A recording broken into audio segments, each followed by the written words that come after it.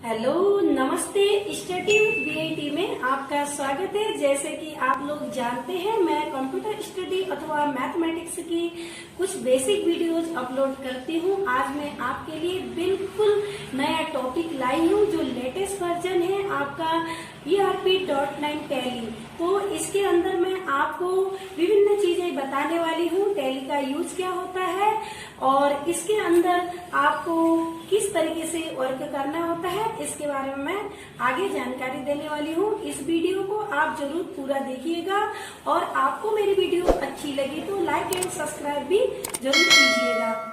Okay guys, जैसे कि आज मैं आप लोगों को टैली के बारे में बताने वाली हूँ। जैसे कि हम लोगों ने विभिन्न टैली के वर्जन पढ़े हुए, जैसे 4.5, 5.4, 7.2, 9.0। अब बिल्कुल लेटेस्ट स्टडी वर्जन आया है ERP 9। ओके गाइस, सर्वप्रथम तो ये जानना जरूरी है टैली की डेफिनेशन क्या होती है। It use for accountant and financial work. Okay guys, इसके बाद मैं आपको टैली की कमांड्स बताने वाली हूँ, जिसके द्वारा आप सिस्टम पे एकदम आराम से वर्क कर सके। इसकी की कमांड हमारे सर्वप्रथम इसमें यूज होते हैं अधिकतर फंक्शन की के अंदर आपके आते F1 से लेकर F12 तक। तो सर्वप्रथम हम F1 की बात करते हैं। F1 सिलेक्ट कंपनी के लिए यूज होता है टैली में। F2 डेट चेंज करने के लिए यूज होता है। अल्ट F3 कंपनी इंफॉर्मेशन के लिए यूज होता है। F4 कॉन्ट्रा के लिए यूज होता है। F5 पेमेंट के लिए यूज होता है।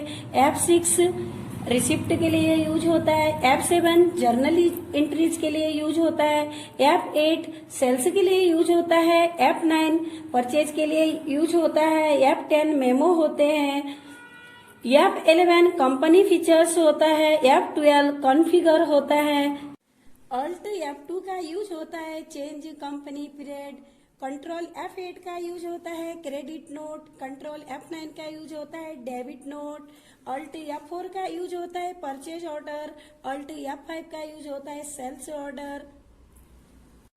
इसी तरह से अल्ट डी के बहुत सारे यूजेस होते हैं, जैसे कि अल्ट डी से हम कर सकते हैं delete ledger, delete company, delete voucher entries. इसके बाद आता है अल्ट पी से हम प्रिंट कर सकते हैं। ओके गाइज, इसके बाद आपको दूसरा पॉइंट ये है कि आपको लेजर्स की भी इंफॉर्मेशन होनी जरूरी है। सर्वप्रथम मैं आपको लेजर्स की डेफिनेशन सुनाती हूँ।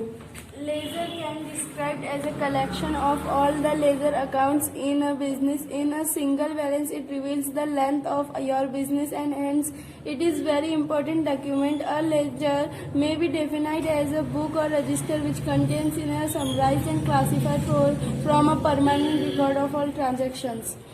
ओके गाइज, जैसे कि आप देख पा रहे होंगे ये लेजर है, ये ग्रुप है। अभी लेजर किसके अंडर आते हैं ये जानना जरूरी है। जैसे यहाँ पे मैंने लिखा है PNB बैंक।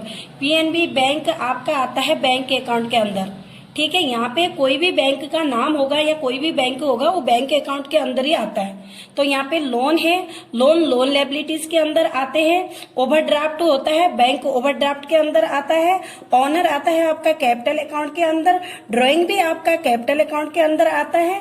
आपका ये डिस्काउंट अलाउ है। इनडायरेक्ट एक्सपेंसिव आता है, हमने किसी को डिस्काउंट अलाउ करा है यानी डिस्काउंट रिसीव करा है या किसी से लिया है तो इनडायरेक्ट इनकम आता है। वेजेस डायरेक्ट एक्सपेंसिव हो गए। कैटेज आपका डायरेक्ट एक्सपेंसिव हो गए।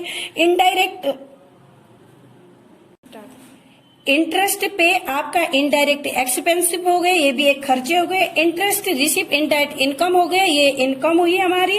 उसके बाद water bill indirect expensive, light bill indirect expensive, newspaper bill indirect expensive and salary indirect expensive.